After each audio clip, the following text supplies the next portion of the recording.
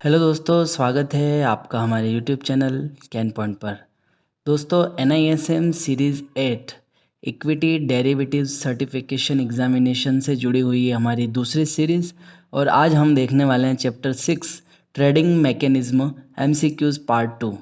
दोस्तों, हमारी ये जो NISM सीरीज़ चल रही हैं, इनमें हम आपको 1000 प्लस से ज़्यादा से MCQs जो हैं वो आपको प्रोवाइड कराने वाले हैं।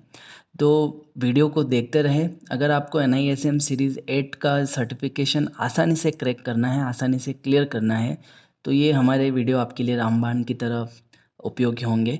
तो इनको ज़रूर देखें। पसंद आ रहे हैं तो लाइक करें। अगर कोई भी और भी आपको प्रॉब्लम है तो कमेंट करके ज़रूर बताएं, हम उसका समाधान करने की कोशिश करेंगे।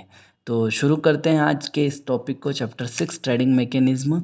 और ये आज का पहला question, how do professional communicate in an open outcry market. जो ओपन आउटक्राई मार्केट होता है उसमें जो प्रोफेशनल होते हैं वो कैसे आपस में जो है वो कम्युनिकेट करते, कैसे संवाद करते हैं। Option A through emails, email के माध्यम से। Option B using hand signal and shouting, हाथों के इशारे और चिल्लाकर। Option C through online messaging, online messaging के माध्यम से। Option D using sign language, sign language के का उपयोग करके। तो दोस्तों, इसका सही उत्तर होगा option number B, using hand signal and shouting, हाथ के इशारे और चिल्ला करके। देखिए, ओपन आउटक्राई ट्रेडिंग प्रणाली में व्यापारी आवाज़ उठाकर और हाथों के इशारों का उपयोग करके ऑर्डर देता है। यह एक पारंपरिक ट्रेडिंग सिस्टम है जिसका इस्तेमाल पुराने समय में किया जाता था, खासकर स्टॉक एक्सचेंजों पर। तो इसका उत्तर होगा ऑप्शन नंबर बी। चलते क्वेश्चन नंबर 2 की तरफ। What type of trading platform is used for future and option trading in India. Bharat में वायदा और विकल्प ऑप्शन ट्रेडिंग के लिए किस प्रकार का ट्रेडिंग प्लेटफॉर्म उपयोग होता है। Option A paper based system. Option B telephonic system. Option C electronic screen based system. Option D manual entry system. तो दोस्तों, इसका सही उत्तर होगा option number C, electronic screen based system. देखिए, भारत में वायदा और ऑप्शंस जो हैं फ्यूचर या फिर ऑप्शन ट्रेडिंग के लिए इलेक्ट्रॉनिक स्क्रीन बेस्ड प्लेटफॉर्म का उपयोग होता है, जो तेज़ और कुशल होता है। यह पेपर या मैनुअल सिस्टम की तुलना में अधिक सटीकता और गति प्रदान करता है। तो चलते क्वेश्चन नंबर 3 की तरफ। Which type of order do the trading system in India support for derivatives. Bharat में ट्रेडिंग के लिए डेरिवेटिव्स के लिए ट्रेडिंग सिस्टम कौन से प्रकार के ऑर्डर का समर्थन करते हैं। फिर से मैं क्वेश्चन को रिपीट करता हूँ। भारत में डेरिवेटिव्स के लिए ट्रेडिंग सिस्टम कौन से प्रकार के ऑर्डर का समर्थन करते हैं। Option A limit order only. Option B market orders only. Option C orders driven market. Option D broken driven market. देखिए, इसका सही उत्तर ऑप्शन नंबर सी होगा, ऑर्डर ड्रिवन मार्केट। देखिए, भारत में डेरिवेटिव्स ट्रेडिंग एक ऑर्डर ड्रिवन मार्केट के रूप में संचालित होता है, जिसका अर्थ है कि ट्रेडिंग मूल्य ऑर्डर के आधार पर तय होता है, न कि ब्रोकर द्वारा निर्धारित कीमतों पर। तो चलते क्वेश्चन नंबर 4 की तरफ। What does the exchange assign to each of its trading member. Exchange प्रत्येक ट्रेडिंग सदस्य को क्या प्रदान करता है। Option A trading licence. Option B trading member ID. Option C unique password. Option D user agreement. देखिए, एक्सचेंज प्रत्येक trading सदस्य को क्या प्रदान करता है, वो प्रदान करता है ट्रेडिंग मेंबर आईडी, यानी ऑप्शन नंबर बी इसका करेक्ट आंसर होगा। प्रत्येक ट्रेडिंग मेंबर्स को एक्सचेंज एक ट्रेडिंग मेंबर आईडी जो है वो प्रदान करता है, जिससे वह ट्रेडिंग प्लेटफॉर्म पर अपनी पहचान बना सके और व्यापार कर सके। तो चलते क्वेश्चन नंबर 5 की तरफ। Can a trading member have more than one user. क्या एक ट्रेडिंग मेंबर के पास एक से अधिक यूज़र हो सकते हैं। Yes, always one user. No, only one user is allowed. Option C yes, more than one user is allowed. Option D it depend on the broker. तो दोस्तों, इसका सही उत्तर ऑप्शन नंबर सी होगा, yes, more than one user is allowed. एक trading सदस्य के पास एक से अधिक यूज़र हो सकते हैं जो विभिन्न कार्यों का संचालन कर सकते हैं, जैसे कि ऑर्डर देना, व्यापार करना आदि। तो चलते हैं क्वेश्चन नंबर 6 की तरफ। वो decide the number of users allowed for each trading member. प्रत्येक ट्रेडिंग सदस्य के लिए उपयोगकर्ताओं की संख्या कौन तय करता है? Option A regulatory body, option B individual trading member, option C the stock exchange और ऑप्शन डी गवर्नमेंट। तो इसका सही उत्तर ऑप्शन नंबर सी होगा, the stock exchange. Stock exchange यह निर्धारित करता है कि प्रत्येक ट्रेडिंग सदस्य के लिए कितने उपयोगकर्ताओं की अनुमति होगी, ताकि जो ट्रेडिंग का संचालन जो है वो सुव्यवस्थित हो सके। तो चलते क्वेश्चन नंबर 7 की तरफ। What is a professional clearing member, PCM? Professional clearing member primarily responsible for option question number 7 है ये हमारा। एक प्रोफेशनल क्लियरिंग सदस्य, जिसको हम PCM कहते हैं, मुख्य रूप से किसके लिए जिम्मेदार होता है?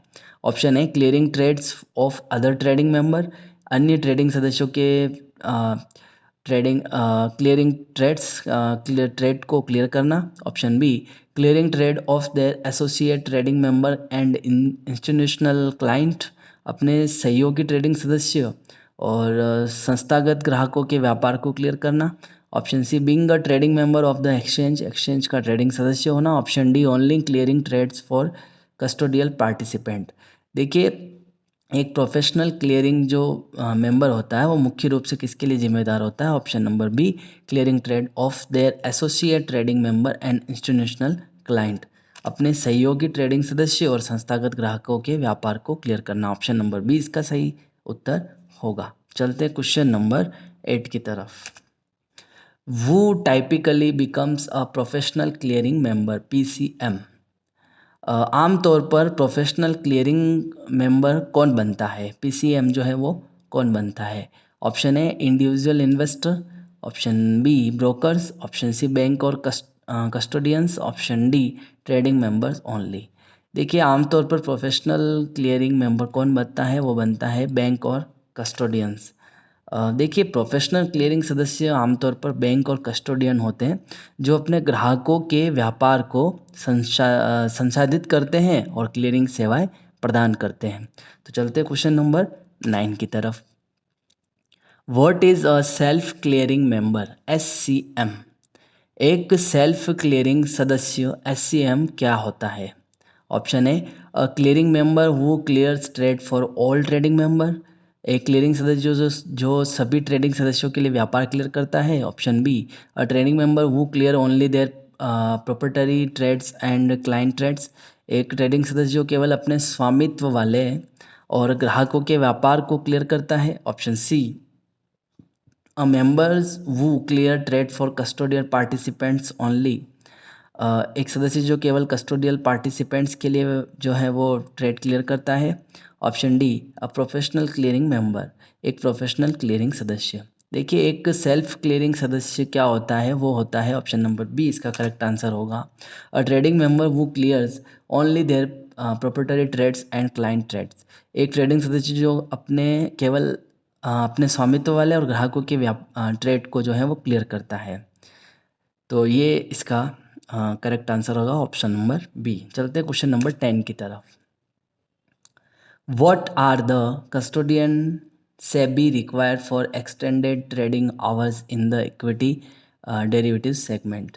इक्विटी डेरिवेटिव सेगमेंट में विस्तारित ट्रेडिंग घंटों के लिए सेबी द्वारा कौन सी शर्तें लागू की जाती है?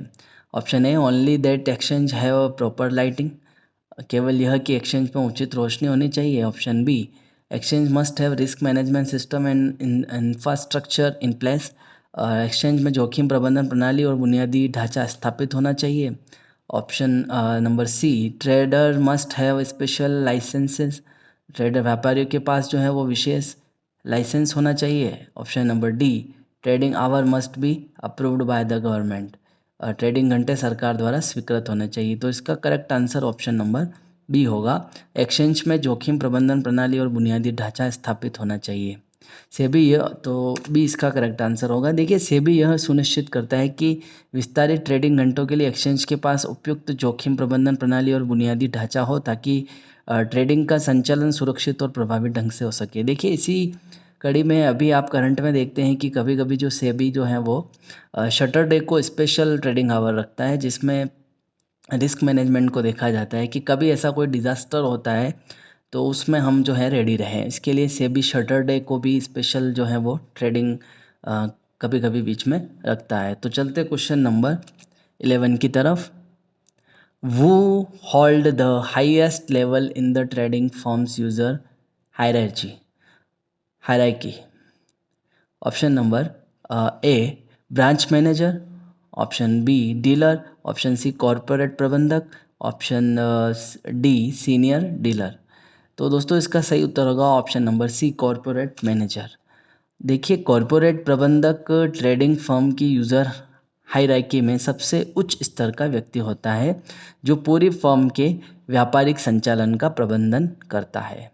तो कॉरपोरेट प्रबंधक इसका सही आंसर होगा। चलते क्वेश्चन नंबर 12 की तरफ। What activities can a corporate manager perform. Corporate प्रबंधक कौन सी गतिविधियां कर सकता है। Option A only order related activity, option B order and trade related activity and defined exposure limit for branches. Order और ट्रेडिंग संबंधी गतिविधियां और शाखाओं के लिए जोखिम सीमाओं को परिभाषित करना। Option C trade related activities only, option D only receive reports for all branches.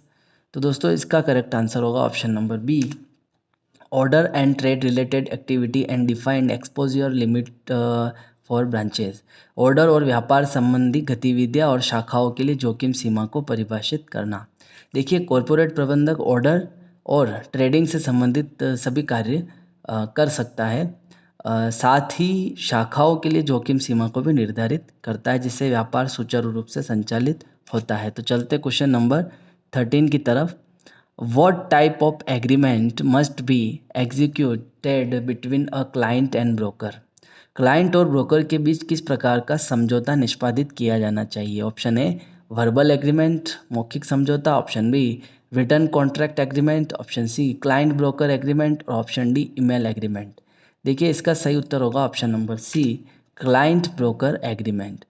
देखिए भारत में किसी भी ब्रोकर के साथ व्यापार करने से पहले क्लाइंट को एक क्लाइंट ब्रोकर समझौते पर हस्ताक्षर करना आवश्यक होता है।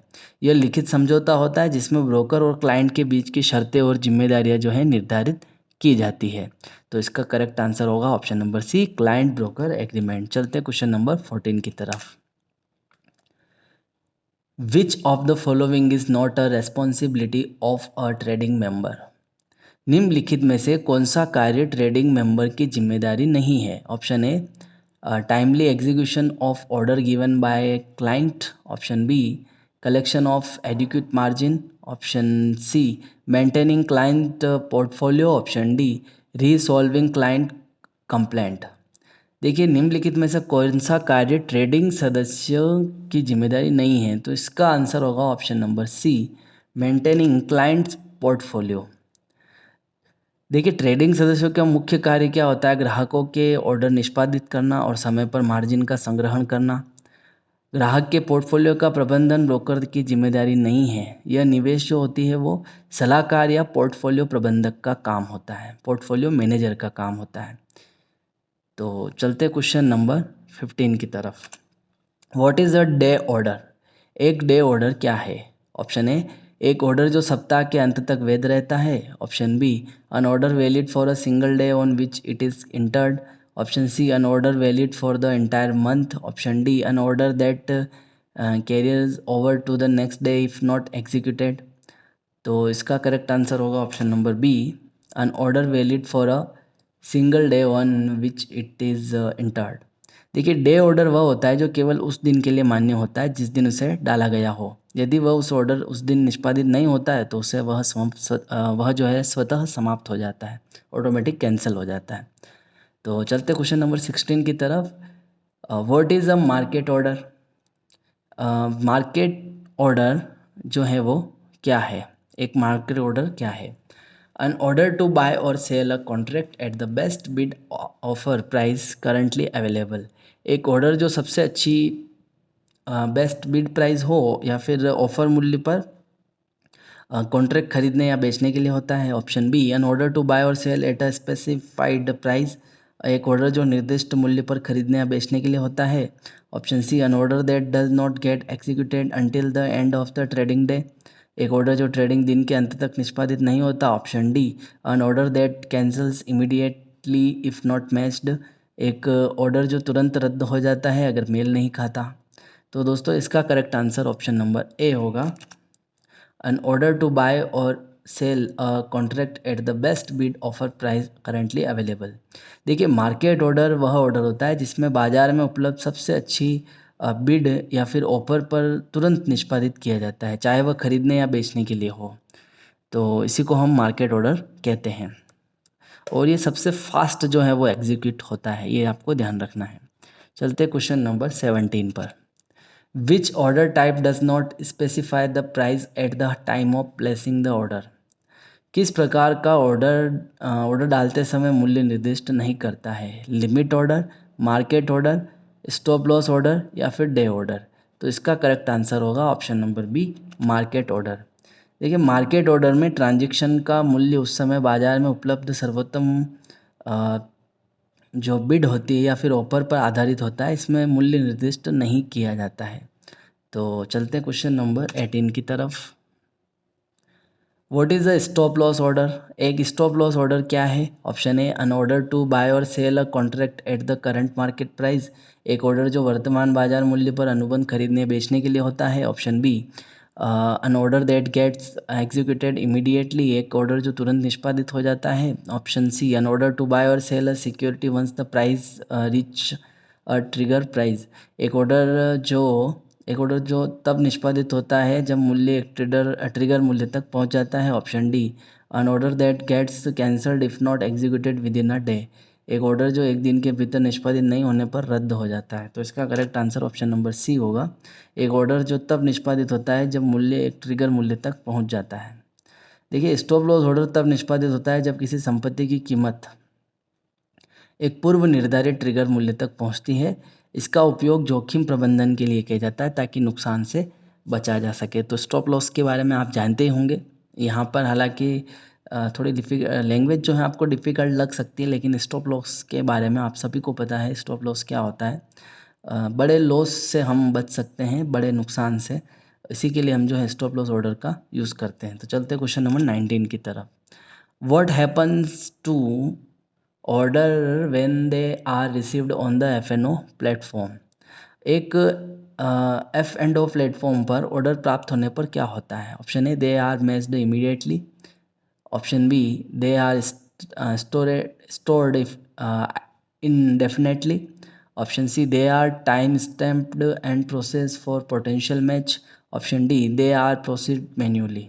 देखिए, जब भी एक F&O प्लेटफॉर्म पर ऑर्डर प्राप्त होने पर क्या होता है, ऑप्शन नंबर सी इसका करेक्ट आंसर होगा, they are time stamped and processed for potential match. एक ऑर्डर F&O प्लेटफॉर्म पर प्राप्त होते हैं तो उन्हें समय के अनुसार टाइम स्टैम्प किया जाता है और उनका मिलान किया जाता है ताकि उचित लेन देन हो सके।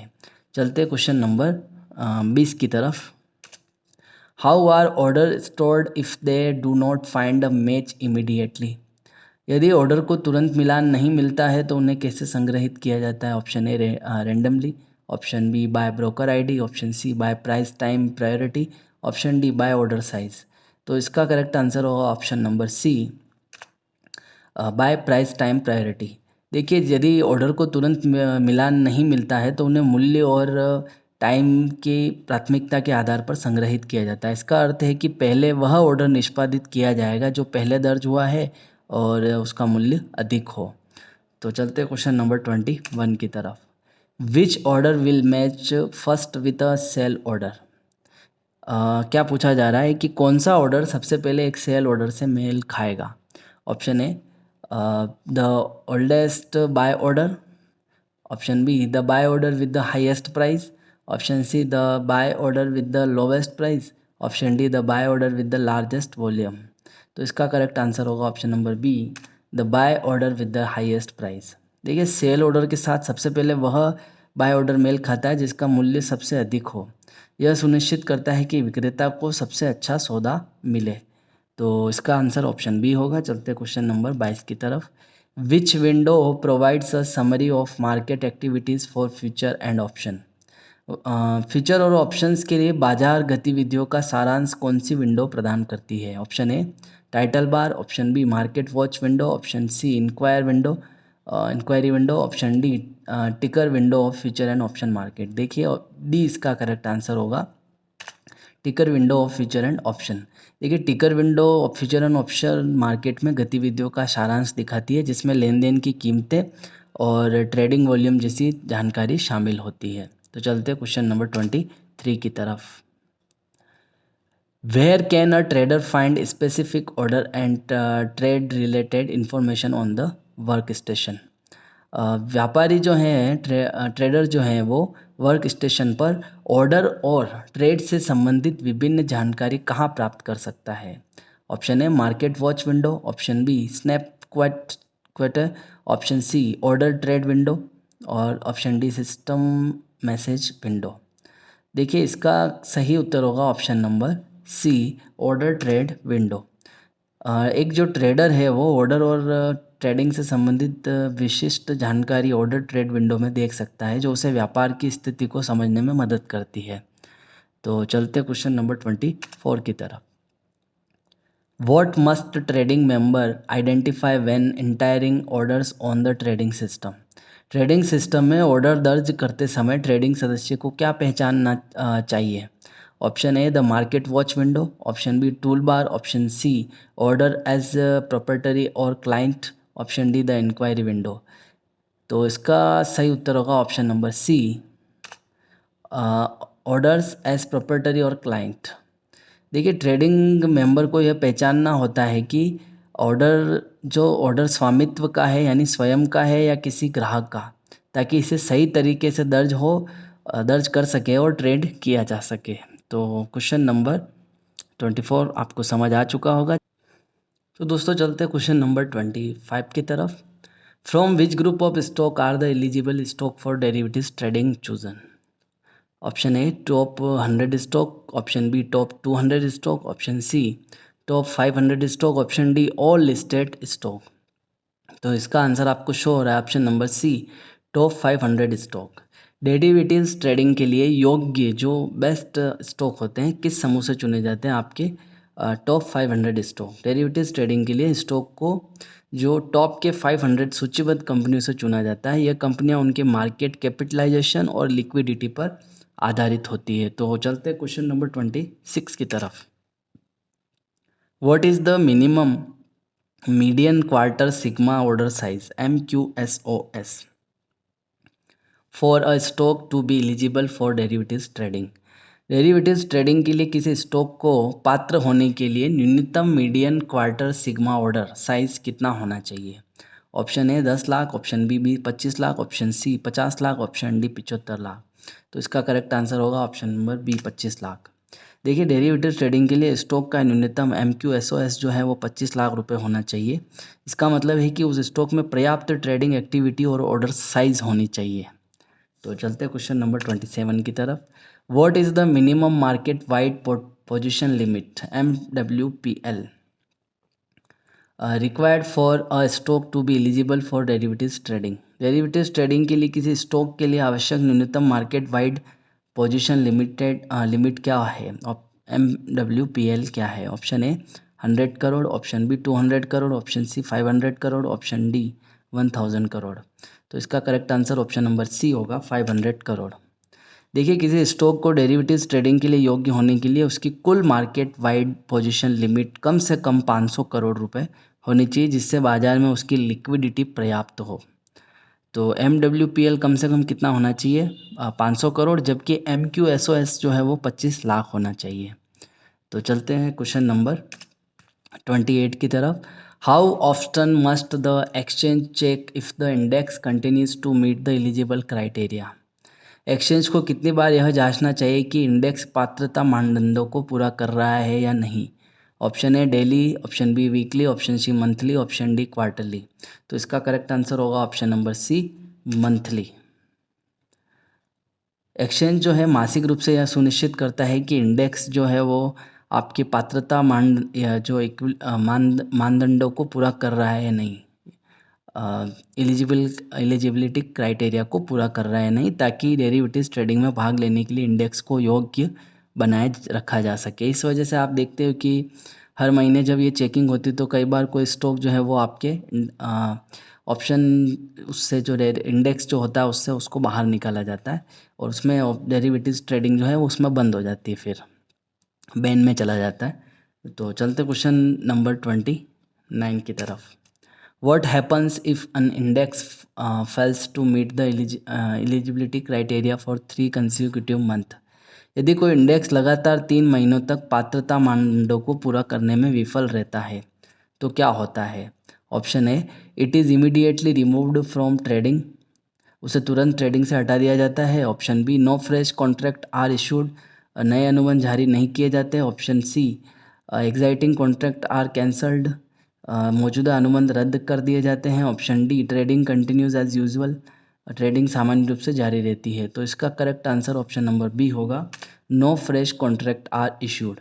देखिए, यदि कोई इंडेक्स लगातार 3 महीनों तक पात्रता मानदंडों को पूरा नहीं करता है, एलिजिबिलिटी क्राइटेरिया को पूरा नहीं करता है, तो उस पर कोई नए अनुबंध जारी नहीं किए जाते, नए कॉन्ट्रैक्ट जो है वो नहीं जारी किए जाते हैं, लेकिन मौजूदा अनुबंधों की समाप्ति तक ट्रेडिंग जारी रहती है। तो चलते हैं क्वेश्चन नंबर 30 की तरफ। What is the minimum percentage of trading members that must be active in all index derivatives during the review period? क्या पूछा जा रहा है आपसे? समीक्षा अवधि रिव्यू पीरियड के दौरान सभी इंडेक्स डेरिवेटिव्स में कितने प्रतिशत ट्रेडिंग सदस्य सक्रिय होने चाहिए? Option A 10%, option B 15%, option C 20% और ऑप्शन डी 25%। तो इसका करेक्ट आंसर ऑप्शन बी होगा 15%। देखिए, रिव्यू पीरियड के दौरान सभी इंडेक्स डेरिवेटिव में कम से कम 15% ट्रेडिंग सदस्य सक्रिय होने चाहिए, एक्टिव होने चाहिए। यह सुनिश्चित करता है कि पर्याप्त भागीदारी और लिक्विडिटी बनी रहे, इसलिए इसका जो रेशो है वो 15% रखा गया है। चलते हैं क्वेश्चन नंबर 31 की तरफ। Which of the following is not a type of corporate action mentioned in the paragraph? निम्नलिखित में से कौन सा एक प्रकार का कॉर्पोरेट एक्शन नहीं है? Option A bonus, option B merger, option C split, option D divestment. तो इसका correct answer option number D होगा, डाइवेस्टमेंट।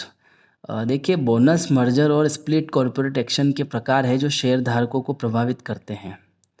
तो ऊपर के तीनों जो हैं ये शेयरधारकों को प्रभावित करते हैं, जबकि डाइवेस्टमेंट जो है एक प्रकार का निवेश विभाजन है और इसे कॉर्पोरेट एक्शन में नहीं गिना जाता है। तो आपको समझ में आ गया होगा कॉर्पोरेट एक्शन क्या क्या है, बोनस, मर्जर और स्प्लिट कॉर्पोरेट एक्शन है। तो चलते हैं क्वेश्चन नंबर 32 की तरफ। What does the adjustment factor for bonus, stock split and consolidation depend on? Bonus, stock split और कंसोलिडेशन के लिए समायोजन कारक किस पर निर्भर करता है? Option A the strike price of the stock की स्ट्राइक प्राइस पर। Option B the market lot of the stock के मार्केट लॉट पर। Option C the ratio of the corporate action के रेशो पर। Option D the dividend adjustment policy, लाभांश समायोजन नीति पर। तो दोस्तों इसका correct answer option number C होगा, the ratio of the corporate action.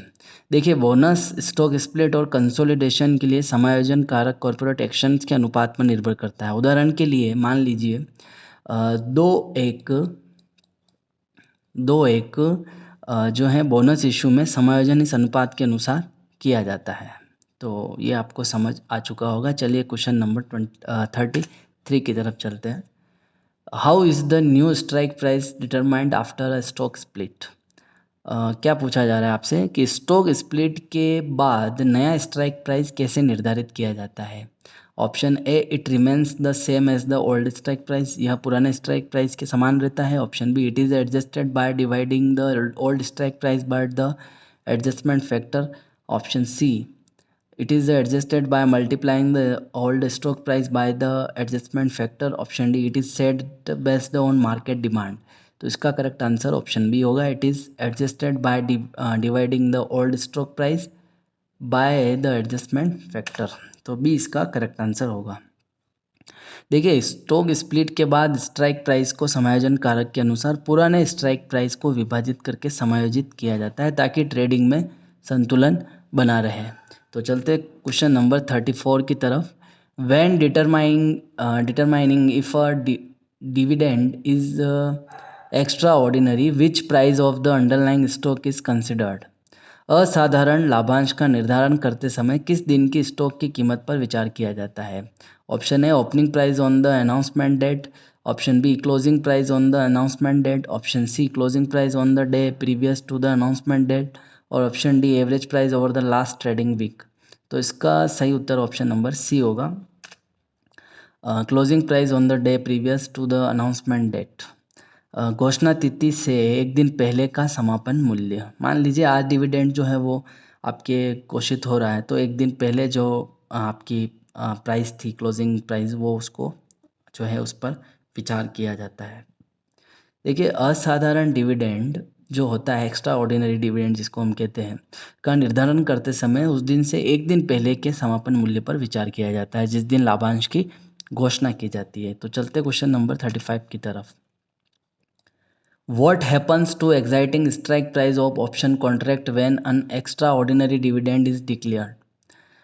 Extra ordinary dividend की घोषणा होने पर मौजूदा ऑप्शंस अनुबंधों के स्ट्राइक प्राइस के साथ क्या होता है। Option A, they are adjusted to reflect the dividend amount.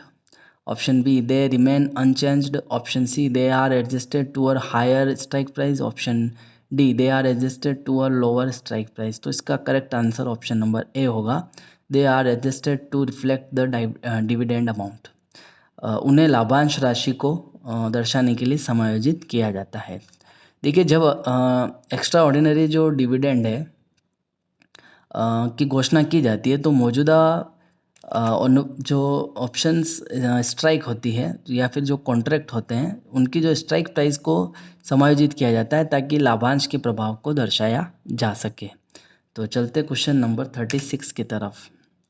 When are the revised strike price applicable after a dividend declaration? लाभांश घोषणा के बाद संशोधित स्ट्राइक प्राइस कब लागू होते हैं। Option A, on the announcement date. Option B, on the ex dividend date specified by the exchange. Option C, on the last trading day of the month. Option D, on the next quarterly settlement date. तो इसका correct answer option number B होगा, on the ex dividend date specified by the exchange. देखिए, एक लाभांश की घोषणा के बाद संशोधित स्ट्राइक प्राइस एक्स डिविडेंड तिथि पर लागू होते हैं जिसे एक्सचेंज द्वारा निर्धारित किया जाता है। तो इसका आपको ध्यान रखना है। हम चलते हैं अगले क्वेश्चंस की तरफ। Question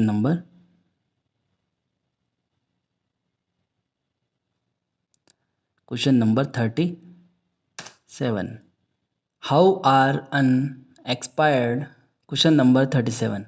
How are unexpired contract in the underlying settled after the last come date for merger demerger? Option A, they are rolled over the next month. Option B, they are cancelled and refunded. Option C, they are compulsory settled at the settlement price. Option D, they are adjusted based on market demand.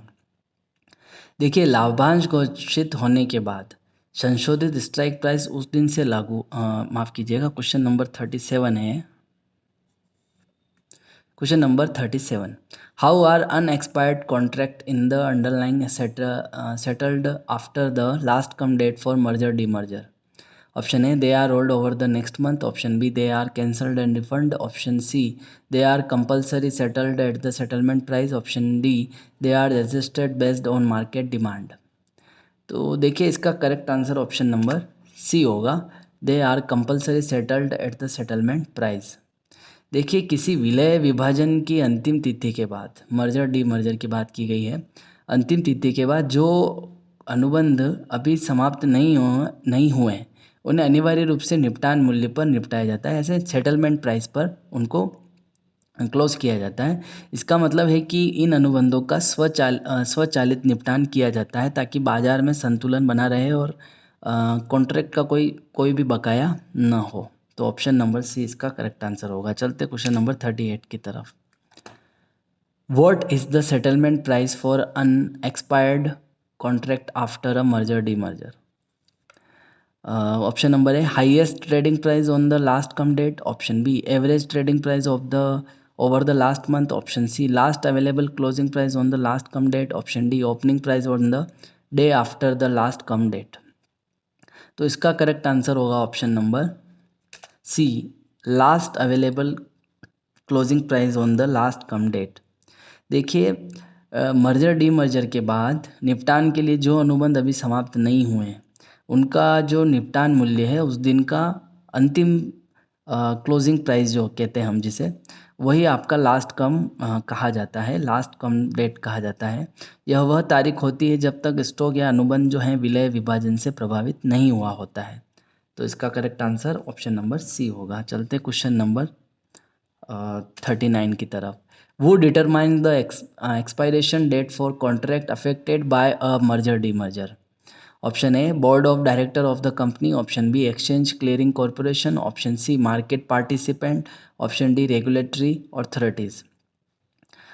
विलय या इसका सही answer क्या होगा आपका? Option number B इसका correct answer होगा, exchange clearing corporation.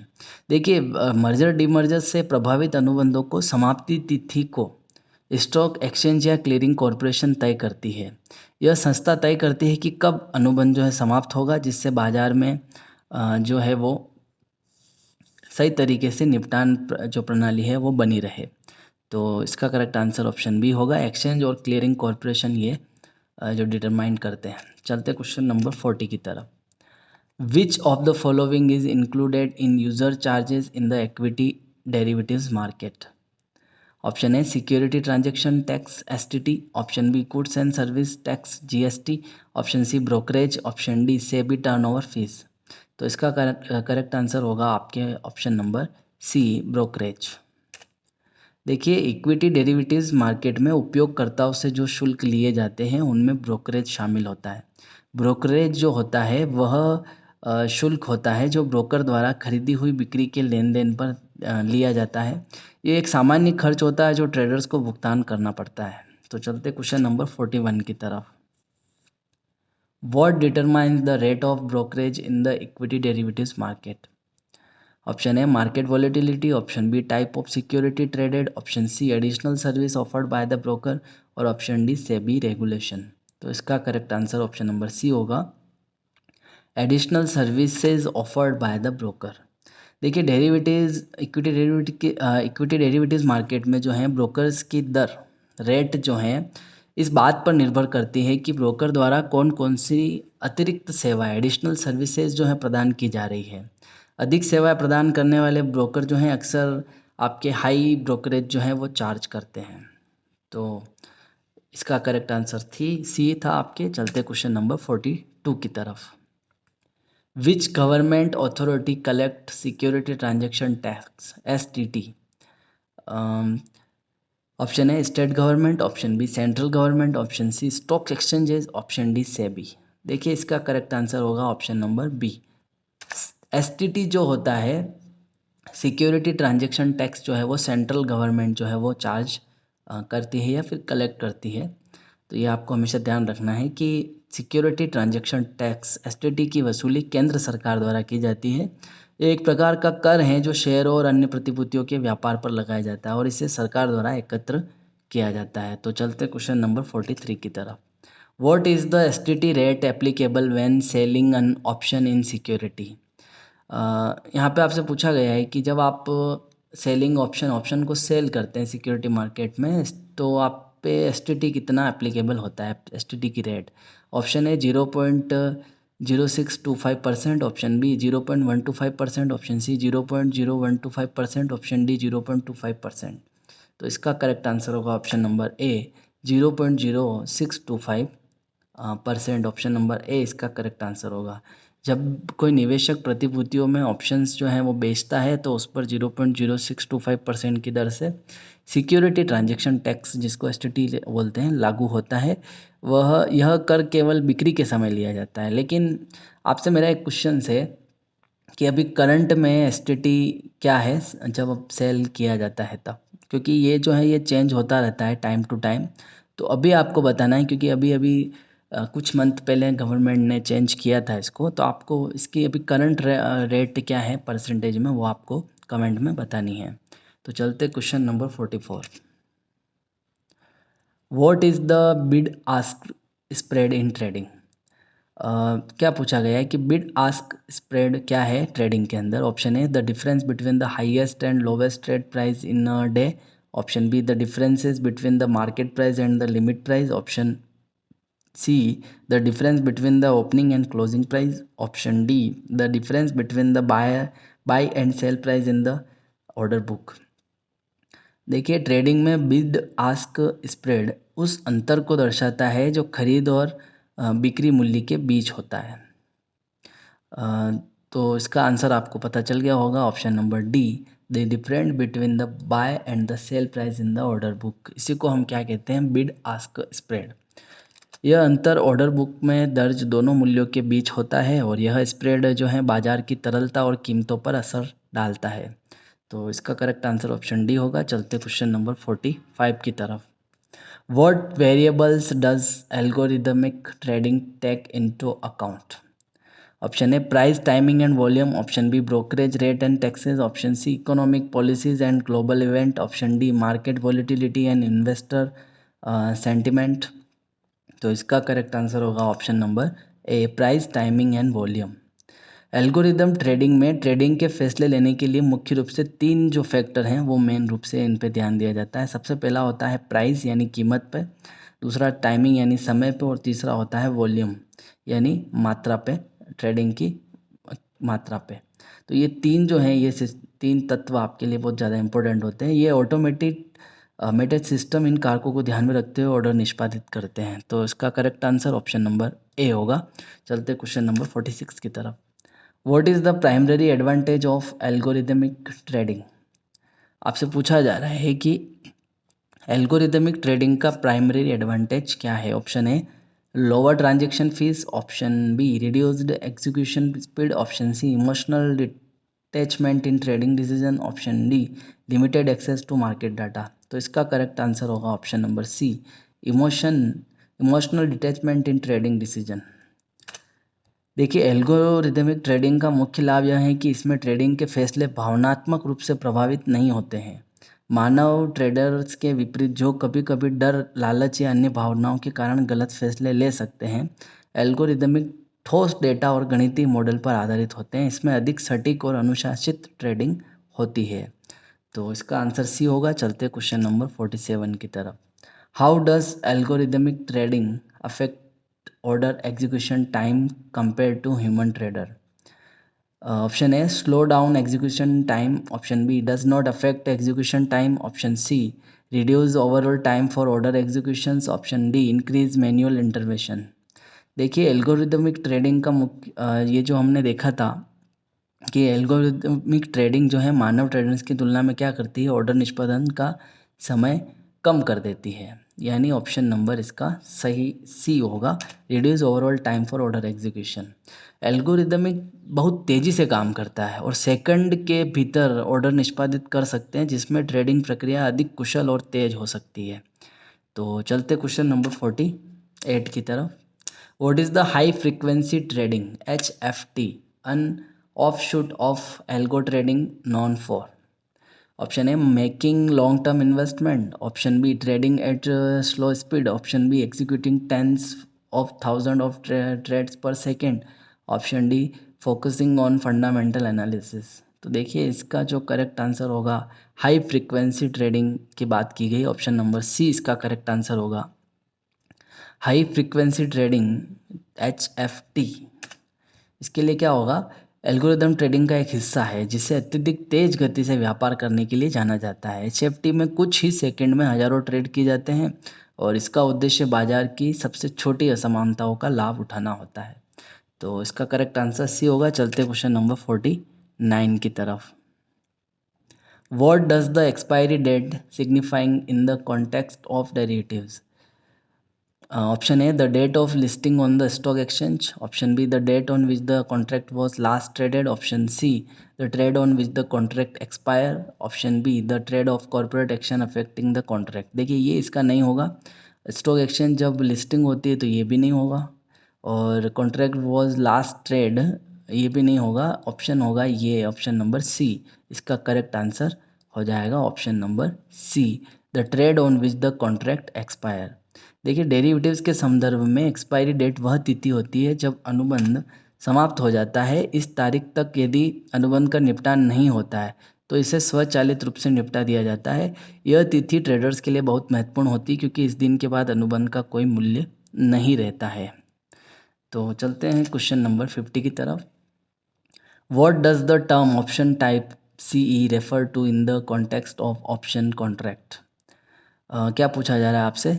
Option A call of European, option B call expiry, option C call access, option D call entitlement. देखिए, यहाँ पे आपसे पूछा गया है कि ऑप्शन टाइप में सी का मतलब क्या है। सी मतलब होता है कॉल यूरोपियन, यानी ऑप्शन ए इसका करेक्ट आंसर होगा। इसका अर्थ है कि यह एक कॉल ऑप्शन है जिसे केवल अनुबंध की समाप्ति तिथि पर ही निष्पादित किया जा सकता है, कॉल यूरोपियन को। क्योंकि यूरोपियन जो कॉल होता है, ऑप्शंस होते हैं, उनमें केवल समाप्ति के दिन ही एक्सरसाइज किया जाता है, जबकि हमने पढ़ा था कि अमेरिकन्स ऑप्शंस जो होते हैं किसी भी समय एक्सरसाइज किए जा सकते हैं।